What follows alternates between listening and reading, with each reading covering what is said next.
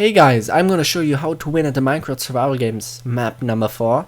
This is a very popular map. I would say it's the most popular map at the Minecraft Survival Games. And I'm in a position where I'm not gonna go to spawn, but you could see the yellow crane there. You should go in the direction where the yellow crane is, because I have a very good chest route with a lot of tier 2 chests in the way. Tier 2 chests are chests with very good stuff, with metal armor and diamonds and good stuff. And these are essentially the same chests that are in spawn, where in the middle where the chests are, but I'm alone here because everybody goes to spawn and I have all these chests just for myself. So that's great, that's why I didn't go to spawn. I would recommend, if you are on the right side, if you're on the opposite side and you would go to the middle chests anyway, if you want to go to this chest route, just snap or take one of the middle chests. So here's the first tier 2 chest. The other one was a tier 1 chest. You need to see the difference. With a tier 1 chest I got like a wooden axe, and here I got metal armor and good stuff, also good food. High saturation food is most of the time in tier 2 chests, and this is also a good chest and also a tier 2 chest, and it's really hard to get there. You just have to catch it at the right pixel, and it's really hard, but you will get good stuff in there. So I would recommend getting this chest. These two, and I'm not finished with tier 2 chests. So here are a couple guys. I could go and chase them, but I wouldn't recommend chasing anybody if you're not finished with your main chest route. And there's one other part of it, which is down here in the sewers. Try to go on these ledges, you're faster, but if you fall in the water, whatever, doesn't make that much of a difference. Always look behind you. That's one of the golden rules. That's a tier 1 chest, but good stuff too. The chests are randomly generated, but there are two tiers, and you see the difference between them. This was a 1 chest, and one of the golden rules is not always to look behind you, because you never know what happens. And this is very dark here, so I'm gonna light up the footage. And you can see here's another tier 2 chest with good stuff. I mean, look at how much metal armor I have. And it didn't even go to spawn. I have so much good stuff, so I would really recommend going there. And these sewers down here are really hidden. You could see there was like a hidden button in the water. When you press it right where I was, you can see it. And there are other people that also know about it, but not many. So this is a very good chest route. So now here's something. Oh, look at this guy, and away he is. Yeah, you can get back here, and if you press this button you can go up, but be careful, there could be people up at the ladder waiting for you, so run away if that happens, because they get always the first punch against you and could really damage you. So this guy is just dropping around there, so I'm gonna chase him. I'm finished with my main chest route. There are a couple other chests I want to visit, but I see that behind me there was one guy, so I'm gonna surprise him, and he said he only had 1 heart. So always look into the chat, because people are stupid and give away very important information like this guy. So I'm eventually going to go after him, and he has very good armor, and I mean, I have to chase him. It is really boring sometimes to chase somebody, but if you begin to chase somebody, chase him until the end. The thing is that eventually he has to stop and get something to eat, and this is bound to happen, so just chase him until he stops and eats something. This could take a while, but it is worth it, especially with guys with this good armor. I mean, he has metal leggings, iron leggings, and a chain chest. He tries to hit me with the flint and steel, but he fails. But I have to be careful. He has another one, or another use out of it. And oh god, don't stop running. Dreamy is running away, so the fire damage isn't too bad, but I was getting slowed down by the fire.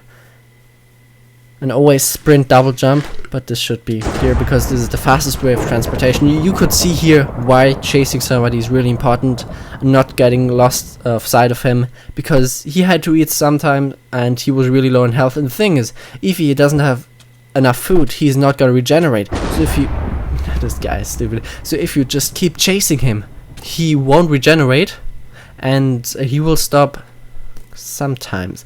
And there's so many people here. This is one of the reasons why so many people like this map. It's just because there's a lot of good chests here and a lot of PvP. It's a small area and I like it too, but for some time it was really overplayed.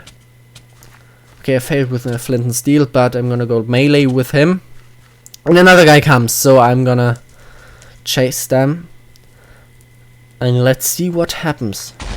Yeah, he killed him. I'm gonna run through the stuff because there was a diamond there and I already had a diamond, so I could get the stuff. If somebody dies, always run through the stuff, just so you can get good items from it, like the diamond, for example. Okay, I'm gonna run away because there are two guys there and I don't want to risk anything if I'm not at full health. So there he is. I'm at full health, but I'm still gonna run away for whatever reason. Sometimes it's good just to run away. And he has good armor and I think he's teaming up with someone. I think that was why I'm running away, because I think he's teaming up. So you see I'm running in a straight line, so he could hit me with an arrow, so don't do that. Just run like I'm not doing now in these wibbly wobbly wacky ways, so he can't hit you. And another good thing is if he's shooting arrows, he stop and he has slowed down, because to shoot arrows you have to stop.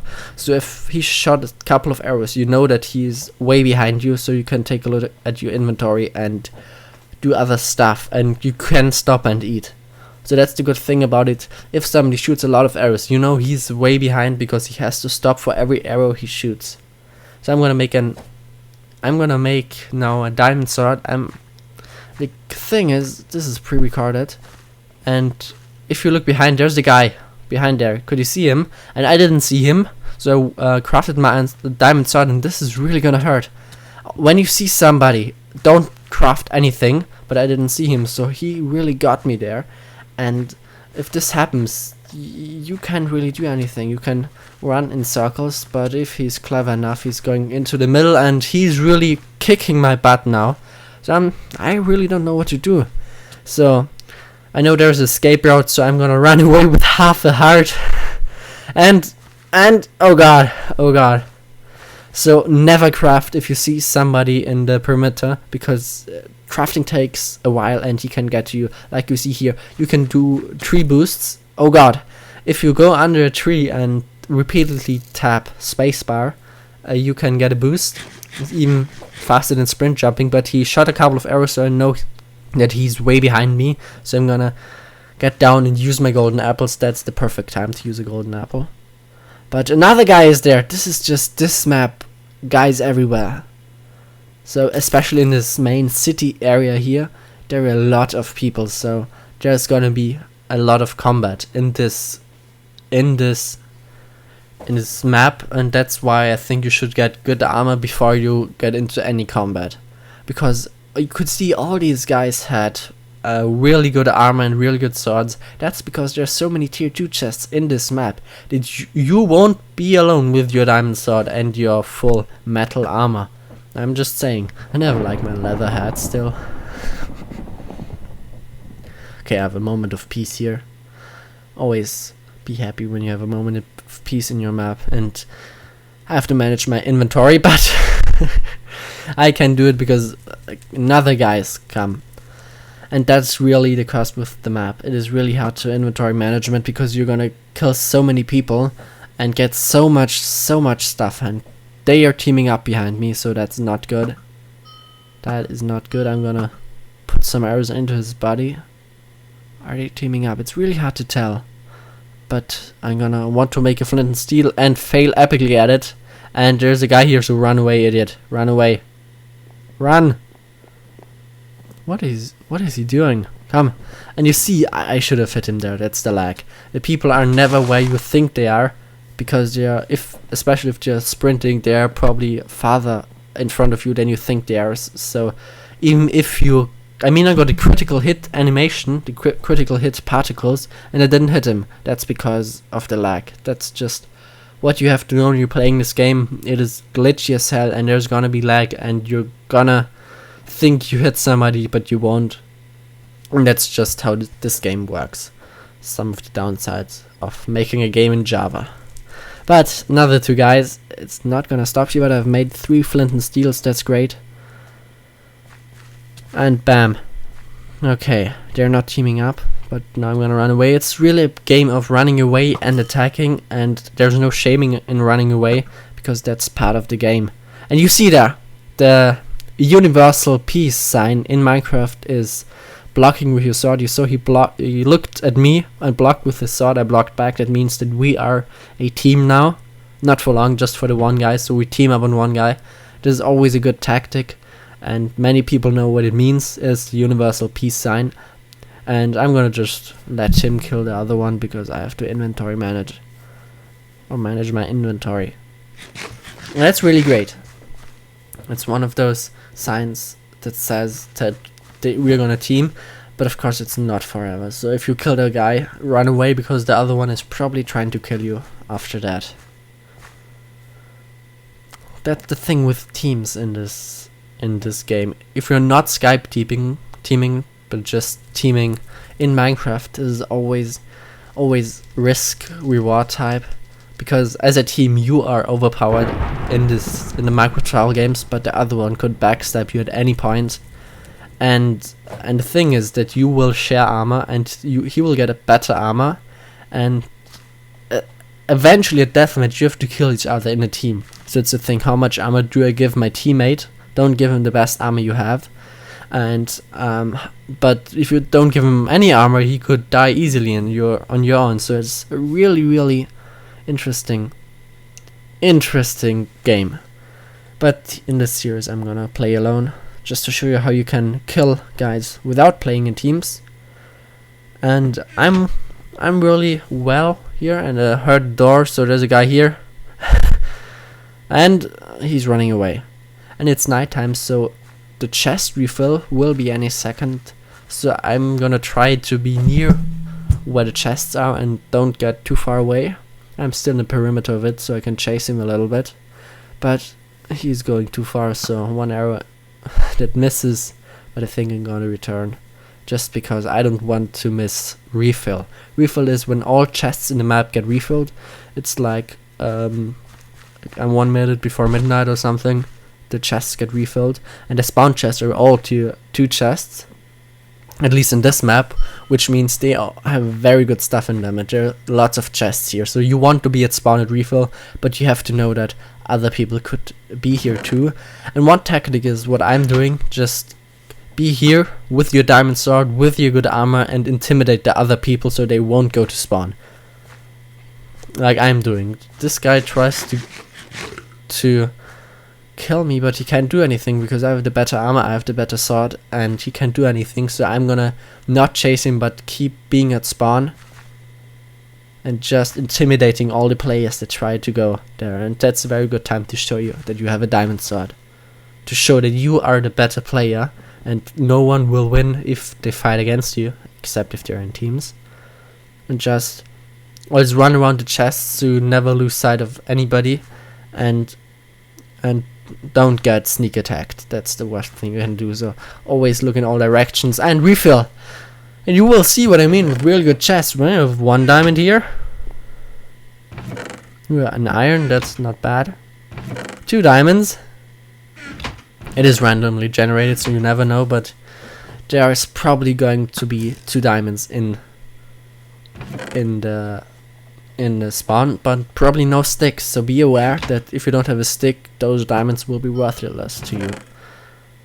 So keep that in mind. But I already have a diamond sword, and I know that I picked up iron boots, but I will forget to put them on. So I'm gonna rock this game with chain boots, but it doesn't make that kind of difference. And I have 5 diamonds here, isn't it great? And there was a stick, so I was lying, but you never know if you'll get a stick.